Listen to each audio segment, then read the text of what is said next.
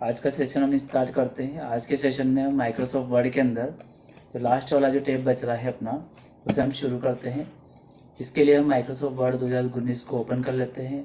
एक blank document हम यहाँ से सेलेक्ट कर लेते हैं। ब्लैंक डॉक्यूमेंट को सेलेक्ट करने के बाद में हमारे सामने माइक्रोसॉफ्ट वर्ड ओपन हो जाता है। हम यहाँ से MS वर्ड में जो है आज सीखने वाले हैं। यहाँ पर जो व्यू वाला टैब है अपना लास्ट बच रहा है, इस वाला टैब को हम शुरू करने वाले हैं।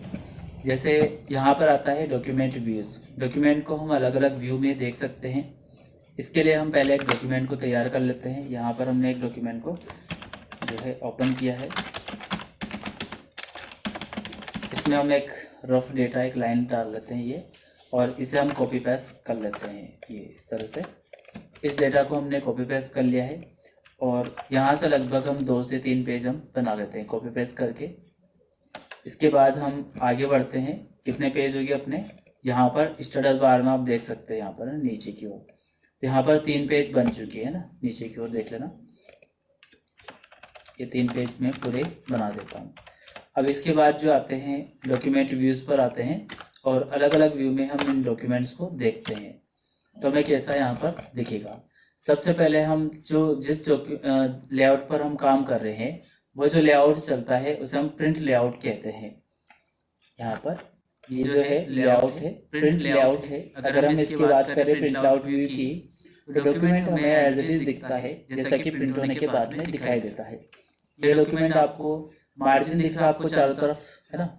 मार्जिन हमने 1-1 इंच छोड़ा हुआ है और ये नॉर्मल मार्जिन पे है, टॉप बॉटम लेफ्ट राइट और बॉटम में। तो यहाँ पर जो है चारों तरफ जो है मार्जिन हमें दिख रहा है। इसके अलावा पेज कहाँ फिनिश होगा ये भी हमें दिख रहा है। तो पूरा ही पेज का हम एनालिसिस कर पा रहे हैं कि जैसा हम यहाँ पर ये जो पेज देख रहे हैं, प्रिंटिंग वाला जो पेज देख रहे हैं, इस पर हम प्रिंटिंग करेंगे तो पूरा आप ऊपर से नीचे की ओर देखिए, ये ऊपर से देखिए, है ना। और यहाँ लास्ट तक आपका डेटा इस पेज में आ रहा है ना। मान लो कि ये पेज है वो कभी आपको यहाँ पर सॉफ्ट कॉपी में दिख रहा है। जब ये पेज आपका एक पेज प्रिंट आउट हो जाएगा तो प्रिंट आउट बाहर निकल के आ जाएगी प्रिंटर से, ठीक है। अब हम सेकंड पेज की ओर चलते हैं। दूसरा पेज स्टार्ट हो जाएगा। डेटा कहाँ पर आ जाएगा, दूसरे वाले पेज पर आ जाएगा और ये डेटा यहाँ तक प्रिंट हो जाएगा। ये दूसरा पेज भी खत्म और ये पेज भी प्रिंट आउट निकल के बाहर आ जाएगा। फिर डेटा आपका तीसरे वाले पेज पर आएगा यहाँ पर।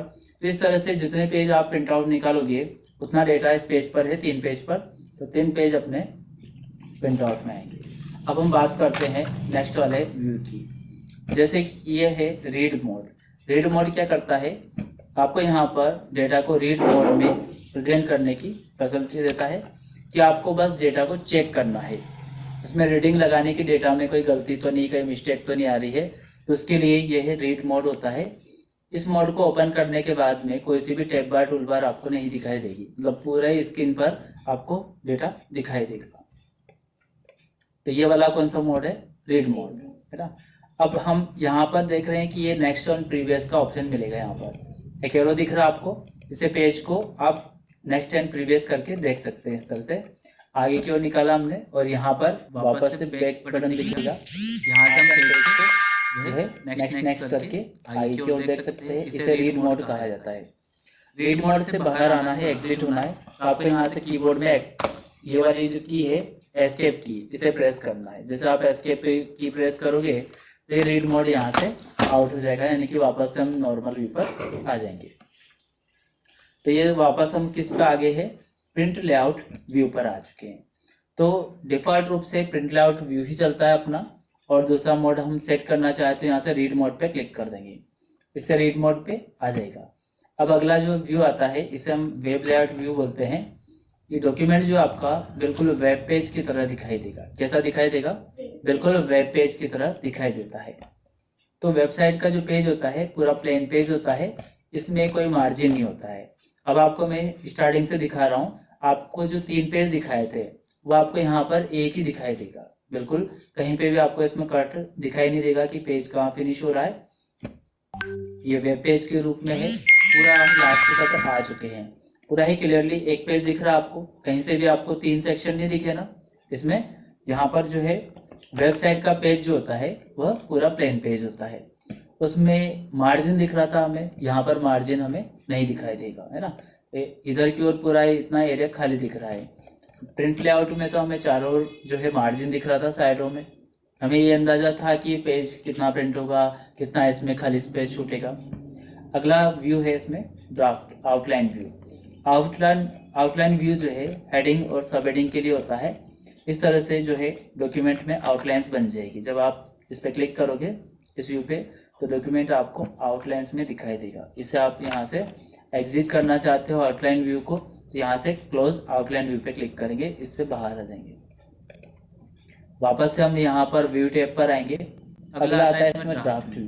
ठीक है, यहाँ पर ड्राफ्ट व्यू पे जैसे क्लिक करोगे तो आपका डॉक्यूमेंट इस तरह से ड्राफ्ट में जूम कम होकर दिखाई देगा।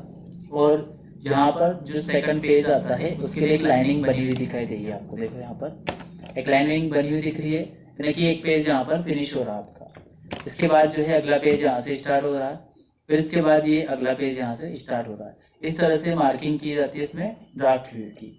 लगभग जो हम यहाँ पर सामान्यतः सबसे ज़्यादा जो काम में आते हैं, काम में आना वाला जो व्यू होता है वो प्रिंट लेआउट व्यू होता है।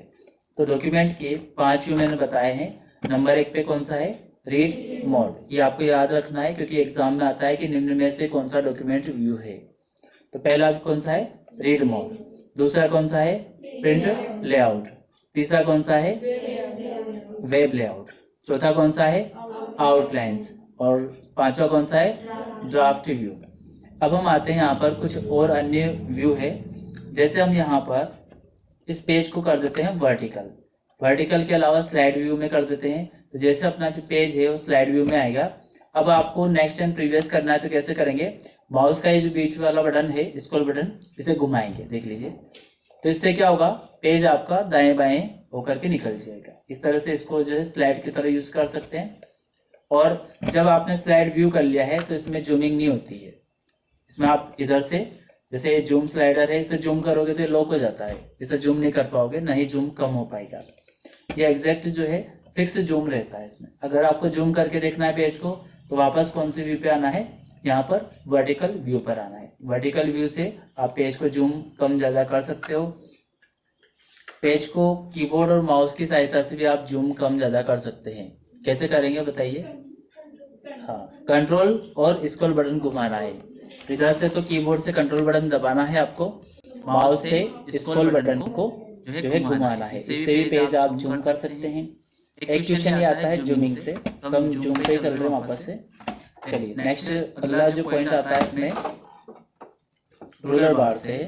माइक्रोसॉफ्ट वर्ड में रूलर बार कौन से टैब में मौजूद है, माइक्रोसॉफ्ट वर्ड में रूलर बार कौन से टैब में मौजूद होती है। तो यहाँ पर आंसर कौन सा आएगा, व्यू टैब में। तो यहाँ पर एक क्वेश्चन पूछा गया बहुत सी बार। तो रूलर बार को ऑन करने के लिए आप यहाँ पर रूलर पर टिक करेंगे। अब रूलर बार आपको कहाँ पर दिखाई देती है, रूलर बार को देखने के लिए यहाँ पर देख लीजिए, यहाँ पर रूलर को हमने टिक किया है। तो जैसे आप यहाँ पर आएंगे डॉक्यूमेंट में तो इस तरह से आपको रूलर बार दिखाई देगी। ये रूलर बार होती है जो पेज के ऊपरी हिस्से में होती है, और यहाँ से हम पेज को नाप सकते हैं कि हमारा पेज जो है कितना साइज में आ रहा है, इसे कम ज़्यादा करना है। इसके अलावा इसमें हम जो है मार्जिन को भी एडजस्ट कर सकते हैं, ये रूलर बार पे आता है। इसमें लेफ्ट इंडेंट और राइट इंडेंट आपको मैंने बताया था, तो ये भी रूलर बार के ऊपर प्रदर्शित होते हैं।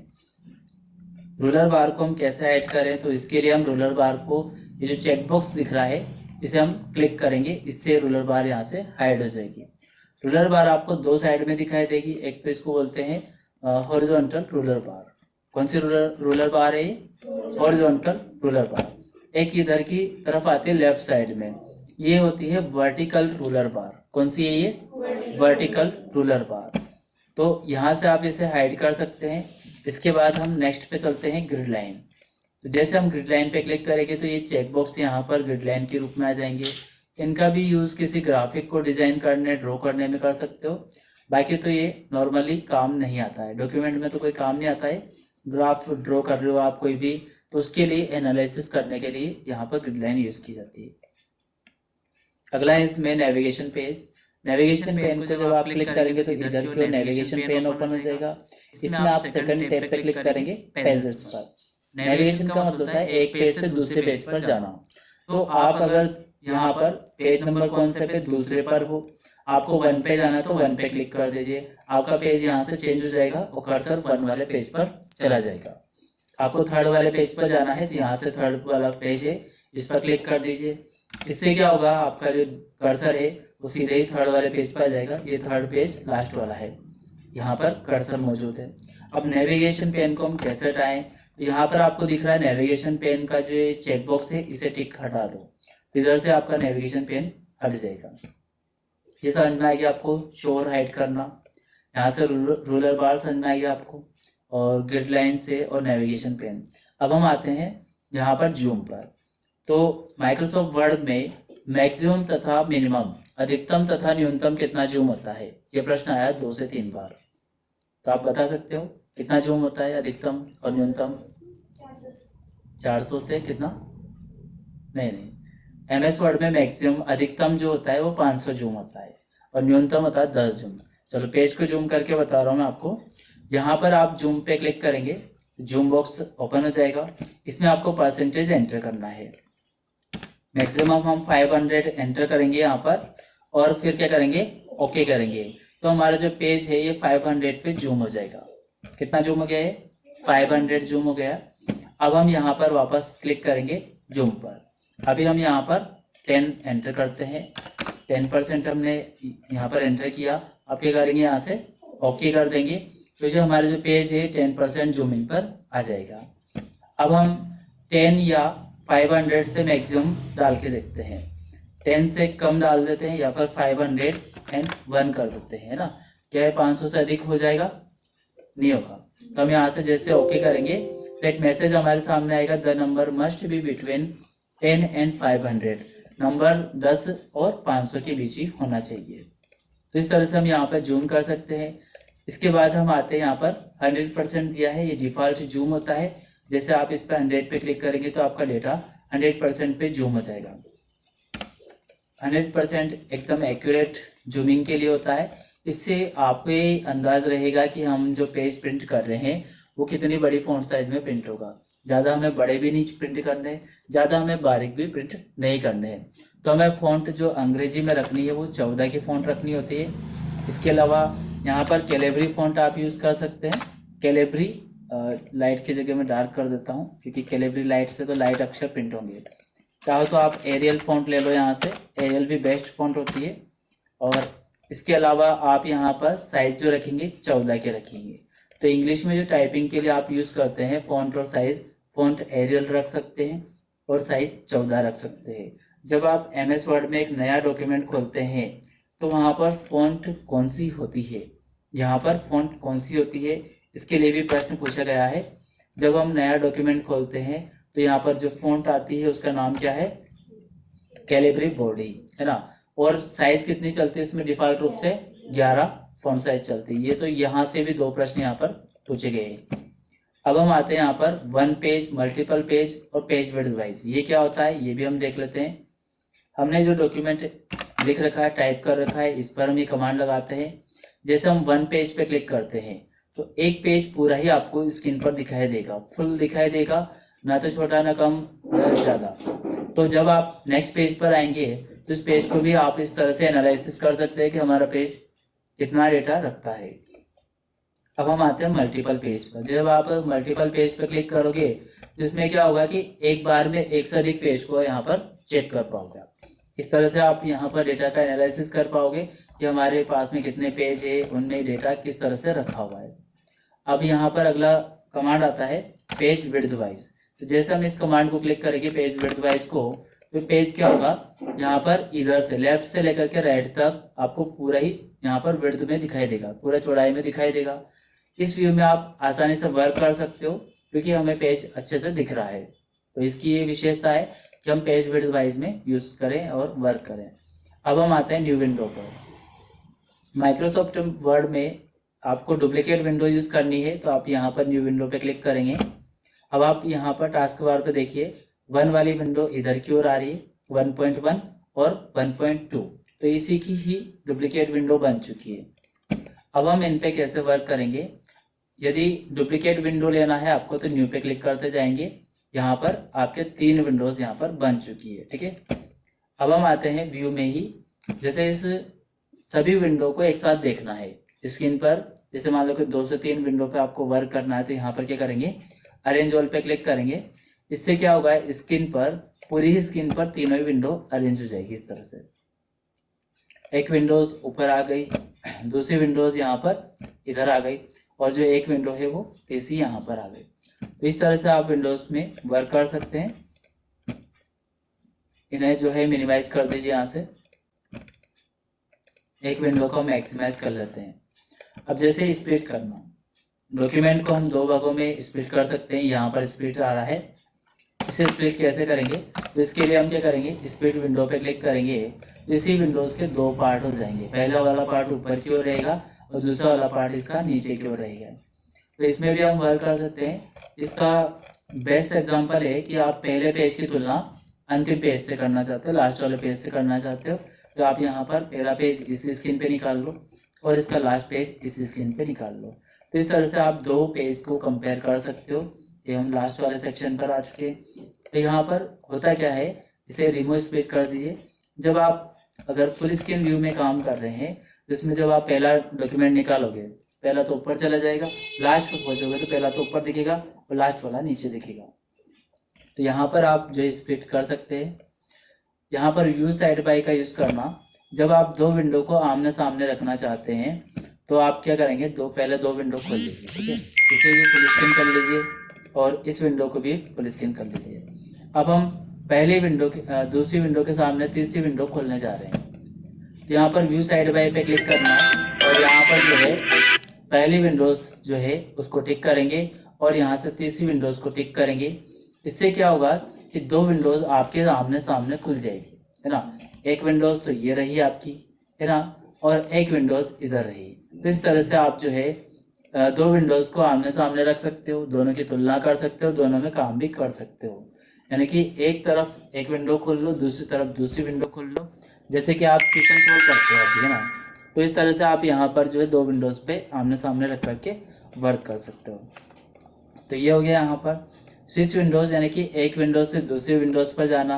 जैसे आप यहाँ पर दूसरी विंडोज़ पर है, विंडोज़ नंबर 2 पर पहले पे क्लिक करेंगे तो विंडोज़ नंबर 1 आपके सामने आ जाएगी। इस तरह से आप यहाँ से स्विच कर सकते हैं। इसके अलावा स्विचिंग का जो है कीबोर्ड से मैं बता रहा हूँ, स्विचिंग करने के लिए जो है आप यहाँ पर अल्ट टैब का भी यूज़ कर सकते हैं। कीबोर्ड से अल्ट बटन दबा करके यहाँ से टैब बटन दबाएंगे तो आपको जिस विंडो पे जाना है इस विंडो पर आप जा सकते हैं। जैसे दूसरी विंडोज़ पर आएंगे तो ये विंडोज़ नंबर 2 पर आप आ चुके हैं। अल्ट बटन दबा करके टैब बटन दबा दीजिए, आपको तीसरी विंडोज़ पे जाना है तो तीसरी विंडोज़ पर आ जाएंगे। इसके बाद अगर आप गूगल क्रोम पे भी जाना चाहते हैं तो यहाँ से गूगल क्रोम पे ला करके इसको छोड़ दीजिए, तो आप यहाँ पर गूगल क्रोम पे आएंगे। तो वर्ड से आप किसी भी विंडो पे जा सकते हैं। जैसे आप वापस वर्ड पे आना चाहते हैं तो ये वापस वर्ड पर आ चुके हैं। तो कीबोर्ड से भी आप इसका यूज़ कर सकते हैं। अब हम आ रहे हैं लास्ट में जो आ रहा है मैक्रो, सबसे इम्पोर्टेंट है इसका वर्ड का। जब आपने हिंदी और इंग्लिश में टाइपिंग करी थी तो आपको क्या करना पड़ रहा था, एक लॉजिक बता रहा हूँ मैं आपको, बहुत इम्पोर्टेंट है। जब आपको हिंदी में टाइपिंग करना होता है तो हम होम पे जाते हैं, ठीक है। होम पर जाने के बाद में हम यहाँ पर क्या करते हैं, हिंदी की फ़ॉन्ट लेते हैं और साइज़ क्या करते हैं, यहाँ से 16 कर देते हैं ना। तो यहाँ पर हम लिखते हैं कि यह एक कंप्यूटर है ना। ये हमने शब्द लिखा यह एक। अब कंप्यूटर शब्द को आप इंग्लिश में लिखना चाह रहे हो, ठीक है, तो हम क्या करेंगे कि हम यहाँ पर जो है इंग्लिश की फ़ॉन्ट लेंगे वापस से। इंग्लिश की फ़ॉन्ट हमने ले ली एरियल, फिर साइज पे जाएंगे, इसे हम 14 कर देंगे और यहाँ पर लिख देंगे कंप्यूटर, ठीक है। तो ये हमने कंप्यूटर लिखा। अब बताइए कि वापस से हिंदी में लिखना है तो क्या करेंगे, वापस से आप फ़ॉन्ट पर आएंगे और यहाँ से फ़ॉन्ट आप लेंगे हिंदी की गुरुदेव 10 और साइज़ 16 करेंगे। यानी कि आपको बार बार आपको प्रॉब्लम हो रही है कि बार बार आपको फ़ॉन्ट चेंज करना पड़ रहा। मैं एक अल्टरनेटिव बताता हूँ आपको जिसमें आपको जो है फ़ॉन्ट बार बार चेंज नहीं करनी पड़ेगी। एक शॉर्टकट बता रहा हूँ जिसे हम मैक्रो कहते हैं। मैक्रो में हम 2 बटन यूज़ करेंगे, 2 बटन हम यहाँ पर बनाएंगे। 2 बटन कौन से बनाएंगे, हिंदी के लिए भी बनाएंगे और इंग्लिश के लिए भी बटन बनाएंगे। तो मैं तो इसको डिलीट कर रहा हूँ यहाँ से। अब हम मैक्रो बनाने के लिए कहाँ आएंगे, यहाँ से रिकॉर्ड मैक्रो पर। अगर आपको नई मैक्रो बनानी तो रिकॉर्ड मैक्रो पे क्लिक करेंगे और पहले वाले मैक्रो को देखना है तो व्यू पे क्लिक करेंगे। यहाँ पर अभी ये बॉक्स खाली, इसमें कोई भी मैक्रो नहीं बनी है। अभी हम मैक्रो को तैयार करेंगे। मैक्रो की स्टेप आप देख लीजिए, कभी भी नहीं भूलेंगे। अब हम यहाँ पर आते हैं मैक्रो कैसे तैयार करें। तो यहाँ पर हम आएंगे मैक्रोस पर, किस पे क्लिक करेंगे, रिकॉर्ड मैक्रोस पर। रिकॉर्ड मैक्रो पे हमने क्लिक किया है। इसके बाद ये रिकॉर्ड मैक्रो बॉक्स हमारे सामने खुलेगा। यहाँ पर हम पहले हिंदी की शॉर्टकट की बना रहे हैं, तो यहाँ पर नाम डाल देते हैं हिंदी। ओके, इसके बाद क्या सेलेक्ट करेंगे, यहाँ से कीबोर्ड। कीबोर्ड सेलेक्ट करने के बाद में यहाँ पर आ जाएंगे प्रेस न्यू शॉर्टकट की। इसमें आप Alt1, Alt2, Alt3 कोई सा भी रख लीजिए। तो मैं यहाँ से Alt3 रख रहा हूँ। ऐसा बटन हमें रखना है जो किसी की शॉर्टकट की नहीं हो, है ना। जैसे मान लो कि आप Ctrl+H रखेंगे तो रिप्लेस की है ना, Ctrl+E रखेंगे तो सेंटर की है ना। तो हमें ऐसा बटन रखना है जो किसी की शॉर्टकट की नहीं हो। तो मैंने Alt3 रख लिया हिंदी के लिए। अब मैं कहाँ क्लिक करूँगा, असाइन पर क्लिक करूँगा। इससे ये शॉर्टकट की उठ करके इधर आ जाएगी। बस आपको यहाँ से क्लोज करना है। अब हिंदी के लिए आपको यहाँ पर आना है होम पर। होम पर आने के बाद में यहाँ से फ़ॉन्ट लेनी है हिंदी की कृतदेव 10 और साइज लेनी है आपको 16। ठीक है, ये ले लिया। ये रिकॉर्डिंग जो बॉक्स हमारे सामने आ रहा है, जो दिख रहा है आपको कर्सर के पास में ना, तो ये रिकॉर्डिंग कर रहा है ना। तो हमने हिंदी की फ़ॉन्ट ले ली कृतदेव 10 और साइज क्या ले ली, 16 ले ली। इसके बाद हम कहाँ आएंगे, वापस से व्यू पर आएंगे, यहाँ से मैक्रोस पर आएंगे और इसको स्टॉप रिकॉर्डिंग कर देंगे। तो ये आपकी हिंदी की एक की सेट कर दिया आपने Alt3, है ना। जैसे आप Alt3 दबाओगे तो हिंदी चालू हो जाएगा। अब हम इंग्लिश के लिए मैक्रो सेट कर रहे हैं। इंग्लिश के लिए आपको शॉर्ट बटन बनाना है, तो कैसे बनाएंगे देखो। यहाँ पर कहाँ जाएंगे, वापस से रिकॉर्ड मैक्रो पे जाएंगे। यहाँ पर मैक्रो का नाम लिख दीजिए, क्या लिखेंगे आप, इंग्लिश। यहाँ से कहाँ क्लिक करना है, अब आपको कीबोर्ड पे क्लिक करना है। अब यहाँ पर शॉर्टकट की प्रेस करी थी आपने, है ना, प्रेस न्यू शॉर्टकट की। इस बॉक्स में Alt4 प्रेस कर देता हूँ मैं। अब कहाँ क्लिक करेंगे आप, असाइन पर। ठीक है, स्टेप याद है ना आपको। असाइन पे क्लिक किया, इसके बाद कहाँ क्लिक करना है, क्लोज पर। अब ये रिकॉर्डिंग बॉक्स साथ में आ रहा है। अब हम वापस कहाँ जाएंगे, होम पर। यहाँ से फ़ॉन्ट ले लीजिए, यहाँ से एरियल ले लेता हूँ मैं, है ना। साइज यहाँ से 14 कर देता हूँ। 14 मैंने इसलिए ली है, हिंदी में 16 इसलिए लिया था हमने कि हिंदी के अक्षर की फ़ॉन्ट जो है छोटी होती है और अंग्रेजी के अक्षरों की बड़ी होती है 14, है ना। तो 14 और 16 कॉम्बिनेशन बैठ जाएगा। दोनों के अक्षर एक बराबर दिखेंगे आपको, ऊंचा नीचा अक्षर नहीं दिखेगा। तो यहाँ पर जो है आपको 14 लेना है। इसके बाद हमें व्यू पे आ जाना है, यहाँ से मैक्रो पे आना है और इसी के करना है स्टॉप रिकॉर्डिंग कर देना है। अब देखिए इस मैक्रो का मैजिक देखिए। यहाँ पर जब आप यहाँ पर टाइपिंग करेंगे, अभी देखो यहाँ पर होम पे चलते हैं, फॉन्ट कौन सी चल रही है, इंग्लिश वाली 14 साइज में ना। अब हम यहाँ पर मैं दबा रहा हूँ Alt3 दबाया मैंने। अब देखो फॉन्ट कौन सी चेंज हो गई, है ना, हिंदी की चेंज हो गई ऑटोमेटिकली। तो ये बटन हमने सेट किए मैक्रो के माध्यम से। अब हम यहाँ पर लिख रहे हैं यह एक कंप्यूटर है। अब कंप्यूटर के लिए इंग्लिश चेंज करना है, तो मैं क्या दबाऊंगा, Alt4 दबाऊंगा और देख लीजिए ये, और Alt3। ठीक है, अब लिखना है कंप्यूटर का उपयोग, है ना। तो आपको क्या करना है, Alt4 दबा देना है, कंप्यूटर का Alt3 का उपयोग, है ना। तो ये फास्टली आपको टाइपिंग करना है, तो इसलिए आपको यहाँ पर की बना लेंगे, है ना। शॉर्ट की बना लिया आपने, इसे मैक्रो कहा जाता है ना। यहाँ पर लिखिए, कई क्षेत्रों में हो रहा है। तो इस तरह से आपको फास्टली जो है टाइपिंग कर सकते हो। बिना देखे ही आप यहाँ पर टाइपिंग कर सकते हो। चार्ट दिया था मैंने आपको टाइपिंग वाला, टाइपिंग करी थी आपने। तो इस तरह से जो माइक्रोसॉफ्ट वर्ड का जो टॉपिक है अपना पूरा हो चुका है। इसके बाद अपना जो है माइक्रोसॉफ्ट एक्सेल पे चलेंगे। तो ये वर्ड वाले लेसन अपने सारे कंप्लीट हो चुके हैं। हमने सीखा था फाइल टैब से हमने शुरुआत करी थी। फाइल टैब में आपने सेव, न्यू, ओपन, है ना, प्रिंट, क्लोज, ये सारे सीख लिए थे। इसके बाद हमने सीखा था होम टैब अपना पूरा कंप्लीट हो चुका था। इसके सारे कमांड हमने सीख लिए। इंसर्ट टैब को हमने क्लियरली अच्छे से पढ़ा है, इसके सारे कमांड। डिज़ाइन टैब ये कंप्लीट हो चुका अपना। लेआउट टैब ये पूरा ही हमने सीख लिया। References tab, mailings tab, review tab और लास्ट में हमने सीखा व्यू टैब। इस तरह से अपना जो माइक्रोसॉफ्ट वर्ड पूरा फिनिश हो गया है। माइक्रोसॉफ्ट वर्ड में एडवांस 2 बातें और बता देता हूँ। MS वर्ड में PDF बनाना आपने देख लिया था, PDF बनाना सभी को आता है। एक तो फाइल को पासवर्ड देना बता रहा हूँ कि आपकी फाइल को पासवर्ड कैसे देंगे। एक ये बता रहा हूँ कि माइक्रोसॉफ्ट वर्ड की जो विंडोज़ है इसका कलर कैसे चेंज करेंगे, है ना। तो यहाँ पर जब आप कोई फाइल बना रहे हैं तो इसे एक बार तो पासवर्ड देना चाहते हैं तो इसे पहले सेव कर लीजिए। यहाँ पर हम सेव पे क्लिक करेंगे। मैं इसको बेसिकली डेस्कटॉप पे सेव कर देता हूँ। यहाँ पर कोई भी हम नाम डाल देते हैं, यहाँ पर माई फाइल लिख देता हूँ इसमें, ठीक है। और इसे हम यहाँ पर सेव कर देते हैं। ये फाइल हमने नॉर्मली सेव कर दी है। अब हमारी फाइल कोई भी यूज़ नहीं कर सके, उसका डेटा देख नहीं सके, इसके लिए मैं क्या कर रहा हूँ, इस फाइल को पासवर्ड दे रहा हूँ। तो यहाँ पर हम आएंगे फाइल में आने के बाद में यहाँ पर आ जाएंगे इन्फो में। कहाँ जाएंगे आप, इन्फो में। थोड़ा सा जूम कर देता हूँ मैं। यहाँ पर इन्फो के अंदर आपको दिखेगा प्रोटेक्ट डॉक्यूमेंट ऑप्शन दिख रहा सभी को, है ना। लॉक एंड की, ताला चाबी का सिंबल दिख रहा होगा इस पे ना। यहाँ पर आप आएंगे, इसमें आपको क्लिक करना है एनक्रिप्ट विद पासवर्ड पर। कहाँ जाएंगे, एनक्रिप्ट विद पासवर्ड पर। इस पे भी ताला चाबी वाले सिंबल पे क्लिक कर देना है।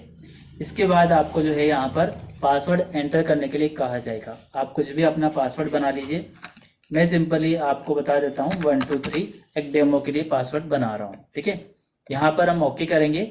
वापस से री एंटर पासवर्ड के लिए कहा जा रहा है। जहाँ पर 1 2 3 हम एंटर करेंगे, वापस से वही करना है ना।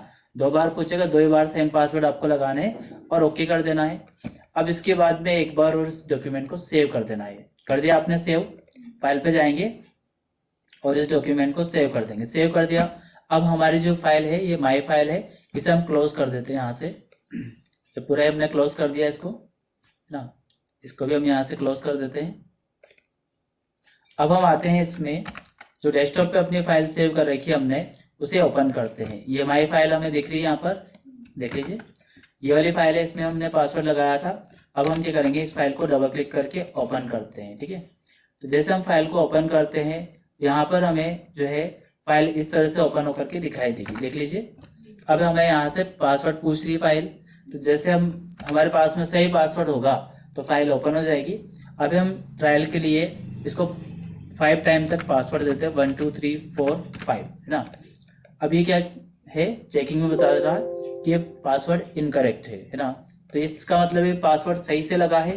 अगर हमारे फाइल पासवर्ड एक्सेस नहीं करती तो ये फाइल जल्दी से खुल जाती बिना पासवर्ड के। अब हम वापस से खोल रहे हैं इसको, 1 2 3 और ओके। तो जैसे आप ओके करेंगे तो फाइल आपकी ओपन हो जाएगी। इस तरह से आपने फाइल को पासवर्ड देना सीख लिया है। अभी वर्ड में जो है इसकी स्क्रीन को आप चेंज कर सकते हैं। यहाँ पर हम आएंगे, फाइल टैब पे आएंगे और इसके अंदर आपको ऑप्शंस देखना है। कौन सा देखना है, ऑप्शंस। देख लीजिए, जूम करके बता देता हूँ मैं आपको। यहाँ पर हम फाइल पे क्लिक करेंगे और सीधे कहाँ पर आ जाएंगे, ऑप्शंस पर। ऑप्शंस पर आने के बाद में आपको यहाँ पर आ जाना है, इसमें जनरल वाले सेक्शन में। जनरल वाले सेक्शन में आएंगे और यहाँ पर आएगा ऑफिस थीम। ऑफिस थीम में कलरफुल दिख रहा है आपको, तो ये कलरफुल हमने रख रखा था। इसे हम ब्लैक भी कर सकते हैं, ब्लैक है, डार्क ग्रे है, वाइट है। तो मैं ब्लैक कर रहा हूँ स्क्रीन को, यहाँ से मैं ओके कर रहा हूँ। तो आपका जो वर्ड की जो स्क्रीन है, डॉक्यूमेंट विंडो है, यहाँ से होती है ना। तो आपके दिख रही थी ना ब्लैक वाली स्क्रीन, तो यहाँ से चेंज होता है। किसी में कलरफुल दिख रही थी तो यहाँ से आप इसको चेंज कर सकते हैं। वापस फाइल पे जाएंगे, ऑप्शंस पे जाएंगे, यहाँ से जनरल स्कीम पे जाएंगे और यहाँ से जो ऑफिस थीम पे जाना है। अब मैं इसको वापस से कलरफुल कर रहा हूँ और इसको ओके कर रहा हूँ, तो वापस ये कलरफुल विंडो चेंज हो जाएगी। तो इस तरह से हमने सीखा माइक्रोसॉफ्ट वर्ड के अंदर। पूरा ही वर्ड आपको समझ में आ गया होगा, ठीक है। Thank you very much. Next class अपनी रहेगी माइक्रोसॉफ्ट एक्सेल की, तो इसका प्रैक्टिकल कीजिए आप। पहले तो कंप्लीट करना है इसको।